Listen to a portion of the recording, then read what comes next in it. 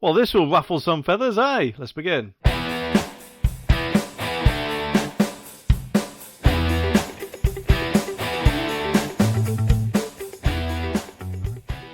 Now, when was the last time you sat down and watched a bit of telly? And I'm not talking about YouTube or Netflix or even iPlayer or ITV Hub or whatever they call it now, ITVX I think it is. I'm talking about actually sitting down watching live TV. Like, let's face it, most of us done about 10 or 15 years ago. Nowadays, of course, quite a lot of people, including myself, tend to watch things on demand. At, let's face it, a time that suits us rather than the channels themselves. And of course, nowadays, quite often, programmes are put on new services first before they are then shown on live TV. And now, strangely to add to all of this, Ofcom has got involved and they have, let's just say, made some options, which according to this article has led to a bit of a crisis, because it says that BBC and ITV crisis as Ofcom warns that TV channels could soon be only on the internet.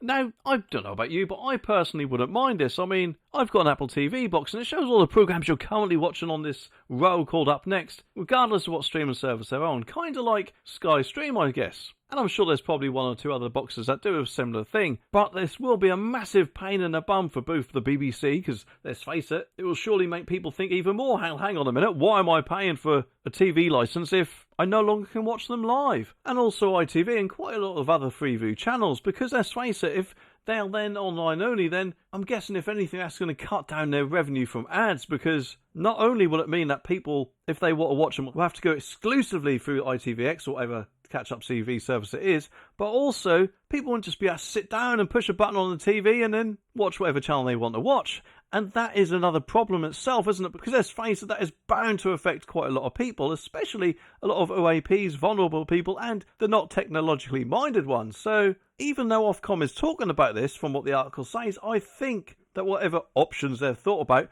really do need to be looked at closely. But anyway, it says that TV regulator Ofcom has cited several possible options to reform over-the-air TV and push them towards a streaming-only future for major UK broadcasters, after reporting that viewers of traditional TV plunged by as much as 25%, with even bigger drops expected in the future. And 25%, that is a sizable margin. However, that is not quite as big as the 75% of people that I'm guessing still watch live TV. So whatever they are planning on at the moment is bound to have to wait a few years. But what did they say about it? They said that in recent years there's been a radical shift in people's viewing habits. TV is increasingly being viewed online, driven by the mass take-up of broadband, a range of different services, new platforms and ways to consume content. That's right, I like to watch TV on the toilet. The average person apparently spent 25% fewer minutes per day watching broadcast TV in 2023 than in 2018. And the trend is expected apparently to continue, with watching on scheduled TV channels through digital terrestrial television and satellite forecast to drop from 67% total long-form TV viewing in 2022 to 35% by 2034 and 27% by 2040. Now, the thing is, quite a lot of the time nowadays, the younger generation are all TikTok obsessed or YouTube shorts or whatever, and therefore surely their attention spans are only decreasing with all these short form content. I don't know about you, but after watching a couple of videos on YouTube, going back to watching the traditional long TV can sometimes be a bit of a chore, especially, let's face it, if it's one of your girlfriend's soaps, eh? But anyway, let's look at these options, shall we? It says that Ofcom has put forward several options, apparently, for how TV could look in the next decade. And in a move which could hurt older people, one option could see that only the core channels kept on TV, with the rest moved online only. Which I'm guessing, if anything, will surely please BBC and ITV, because let's face it, that if anything will increase their viewership, won't it, if they're the only two kids on the block, eh?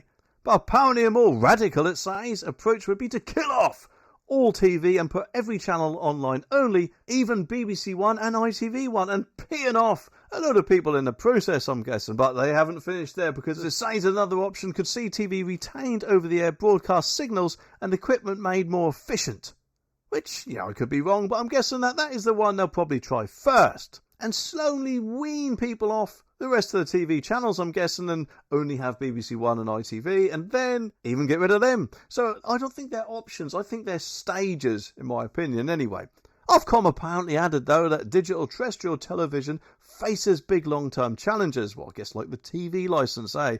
I'm betting, if anything, obviously I could be wrong, I haven't got a crystal ball, otherwise I would play the lottery, but I'm betting, if anything, if the TV licence doesn't get renewed in 2027, well, obviously their Royal Charter protection ends, then this might be brought in sooner than later. But anyway, it says that audiences who rely on it deserve a solution that is sustainable and fit for the future. It requires a new vision and planning across the industry and government, which obviously, if the government has anything to do with, takes ages, doesn't it? I mean, just look how long Brexit took. And in fact, I don't know about you, but to me it doesn't really seem like we had the proper Brexit we all voted for. But anyway, I'm not going to get into that, not in this video. They continue and say that we've set out 3 broad approaches for how this could be achieved in the long term, and will continue to support the government with further analysis as it considers options for the future. Which makes me wonder, what do you reckon the chances are that they're putting a news article like this out? Presumably, I guess, basically saying that if people want to continue watching live TV, then they'll have to watch a lot more of it to get the viewing figures up. And therefore, that will mean quite a lot of people will have to keep the dreaded TV licence, eh? I mean, I am probably a bit far off with that, but it does make me wonder.